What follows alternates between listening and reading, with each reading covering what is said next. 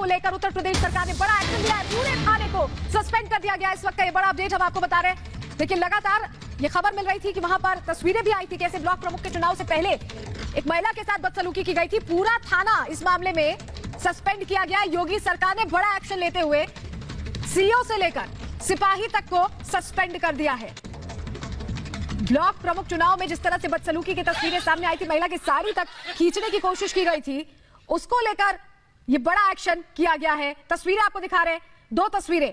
पूरे थाने को सस्पेंड कर दिया गया। इससे पहले जब रिपब्लिक भारत से बातचीत की थी मुख्यमंत्री योगी आदित्यनाथ ने, तो उन्होंने ये बात कही थी कि किसी को भी बख्शा नहीं जाता है।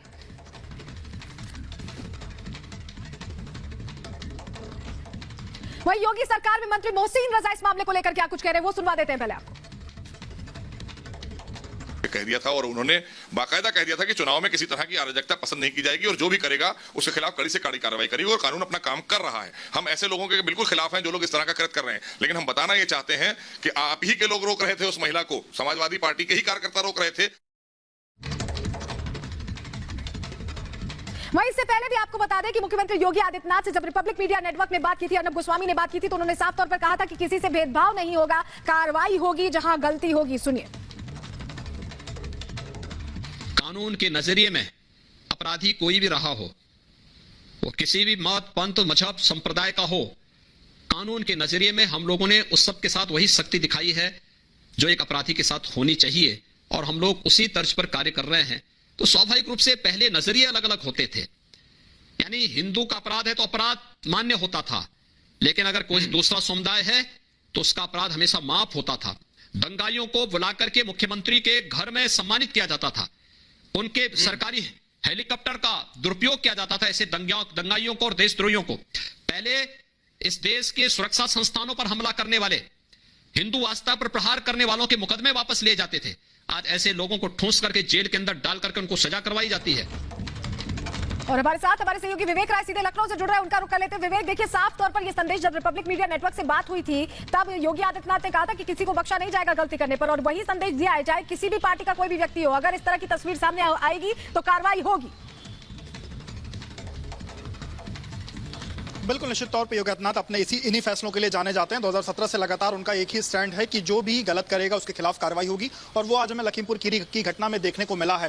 जिस तरीके से ये कल की घटना हुई थी उसके बाद लगातार सरकार के ऊपर तमाम आरोप लग रहे थे और कार्रवाई ना होने को लेकर के तमाम चर्चाएं हो रही थी, लेकिन आज मुख्यमंत्री ने टीम 9 की बैठक में सीओ समेत पूरे के पूरे थाने को सस्पेंड किया। इसमें 2 इंस्पेक्टर शामिल हैं, 3 चौकी इंचार्ज शामिल हैं, इसके साथ ही साथ बाकी जो कांस्टेबल, हेड कांस्टेबल, उन सभी को सस्पेंड किया गया है और साफ तौर पर निर्देश दिए गए हैं कि इस तरीके की कहीं पर भी शिथिलता होगी तो वो बर्दाश्त नहीं की जाएगी। क्योंकि जैसे ही इसके पहले जिला पंचायत के चुनाव थे, उसके बाद अभी ब्लॉक प्रमुखी के चुनाव चल रहे हैं, इसको लेकर के साफ तौर पर गृह विभाग की तरफ से आदेश दिया गया था और एडीजीएलओ ने भी साफ किया था, जिले के सभी कप्तानों को यह कहा था कि वो अपने जिले में जो एक तरीके से जो व्यवस्था है वो सुनिश्चित करें कि सब कुछ शांतिपूर्ण ढंग से हो, कहीं भी स्थितियां गड़बड़ ना हो। और कल हालांकि जिस तरीके से स्थितियां देखने में मिली, तकरीबन 7-8 जिलों में स्थितियां कुछ खराब दिखी और उसमें लखीमपुर की घटना बहुत ज्यादा एक तरीके से विभत्स रही। और इसी तरीके सीतापुर की घटना की बात की जाए, वहां पर एक तरीके से गोलीबारी भी हुई, तो अभी वहां पर भी जो है आईजी रेंज है वो वहां पर पहुंची हुई। तो अलग अलग जगहों पर जो घटनाएं हुई हैं, जो मुख्य अधिकारी हैं वो उन जगहों पर पहुंच करके एक्शन ले रहे हैं। और लखीमपुर की घटना की जैसी बात की जाए तो सीओ समेत कुल तकरीबन 10 से ज्यादा ऐसे लोग हैं जिनको सस्पेंड किया गया, पूरे के पूरे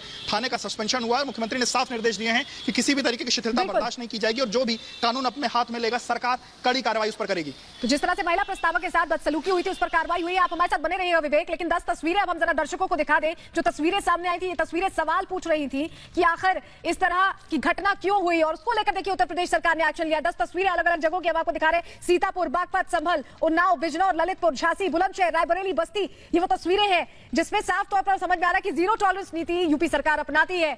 और लखीमपुर खीरी में जिस तरह से महिला प्रस्तावक के साथ बदसलूकी हुई, उनका क्या कहना है, उनके ऊपर क्या बीती, जरा वो भी सुन लीजिए।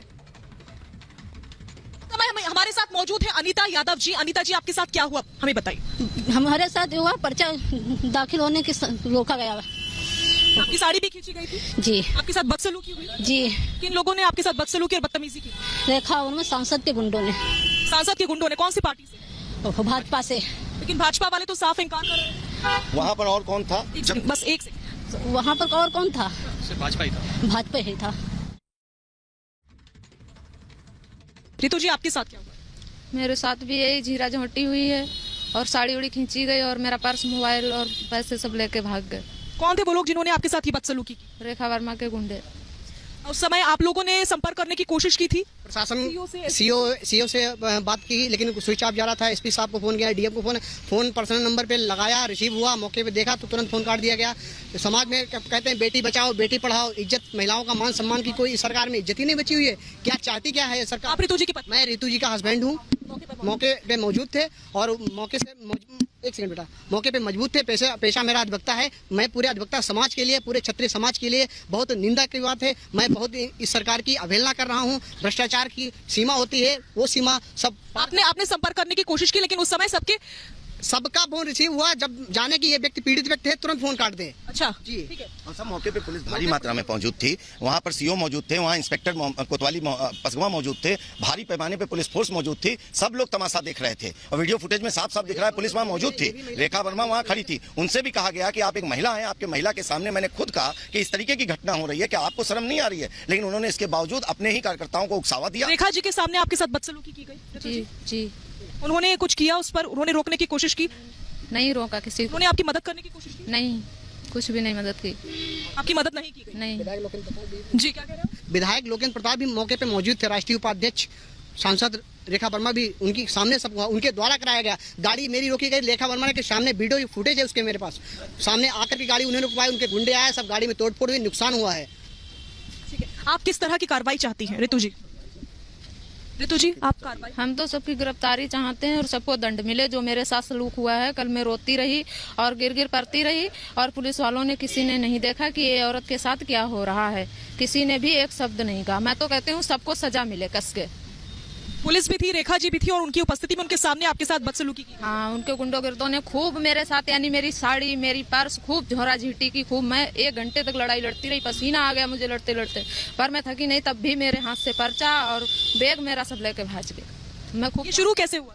शुरू हुआ था ये, मुझे अंदर नामांकन पर्चा करना था, जाने नहीं दे रहे थे। मैं जबरदस्ती घुस गई, वहाँ पे घुस गई। उनके रेखा वर्मा के गुंडों ने मुझे बहुत रोका, पर तब भी मैंने पर्चा नहीं दिया उनके हाथों में। तभी जबरदस्ती उनने फिर मेरा पर्चा आरओ के पास से छीन कर और बस फाड़ डाला और मेरे पर्स, मेरे जेवर सब लेके भाग गए। उसमें मेरे पैसे भी थे। लेकिन किसी तरह की कोई मदद आपको नहीं? किसी ने भी नहीं मदद की। मैंने बहुत की। मैंने पुलिस वाले का बेत भी छीन लिया कि गुंडों को मारें, पर तब भी किसी ने, पुलिस वालों ने ये नहीं बोला कि ये क्या हो रहा है। मैं चुनाव आयोग से निवेदन करना चाहता हूं कि अगर हो सके तो हर संभव प्रयास किया जाए कि उनका नामांकन कैंसिल करके दोबारा नामांकन कराया जाए। अगर वास्तव में सरकार में इज्जत नाम की, महिला नाम की, कोई सम्मान नाम की अगर कोई चीज है तो मैं यही सरकार से निवेदन करना चाहता हूँ। और ग्राउंड जीरो से लगातार हमारे साथ हमारी सहयोगी शाजिया निसार वहां पर मौजूद है, रिपोर्ट करिए। शाजिया को रुक कर लेते हैं। शाजिया लखीमपुर खीरी में ही मौजूद है। शाजिया, जिस तरह की तस्वीरें सामने आई उसके बाद देखिए योगी सरकार एक्शन में आई है, साफ मैसेज दिया है कि माहौल बिगाड़ेंगे तो जीरो टॉलरेंस नीति है उसके खिलाफ। बिल्कुल, सीएम योगी तो एक्शन मोड में नजर आ रहे हैं, लेकिन समाजवादी पार्टी सलोनी सैटिस्फाइड यानी कि संतुष्ट इस कार्रवाई से नजर नहीं आ रही है। अब से ठीक 1 से 1.5 घंटे पहले जिस समय हमने ये खबर ब्रेक की थी कि सीओ को हटाया गया है, थाना प्रभारी को हटाया गया है, इसके अलावा और गिरफ्तारियां हो सकती है, जबकि एक गिरफ्तारी ऑलरेडी हो चुकी है। हमने अनुराग भदौरिया से बात की थी और उन्होंने कहा था कि हम बिल्कुल भी संतुष्ट नहीं है।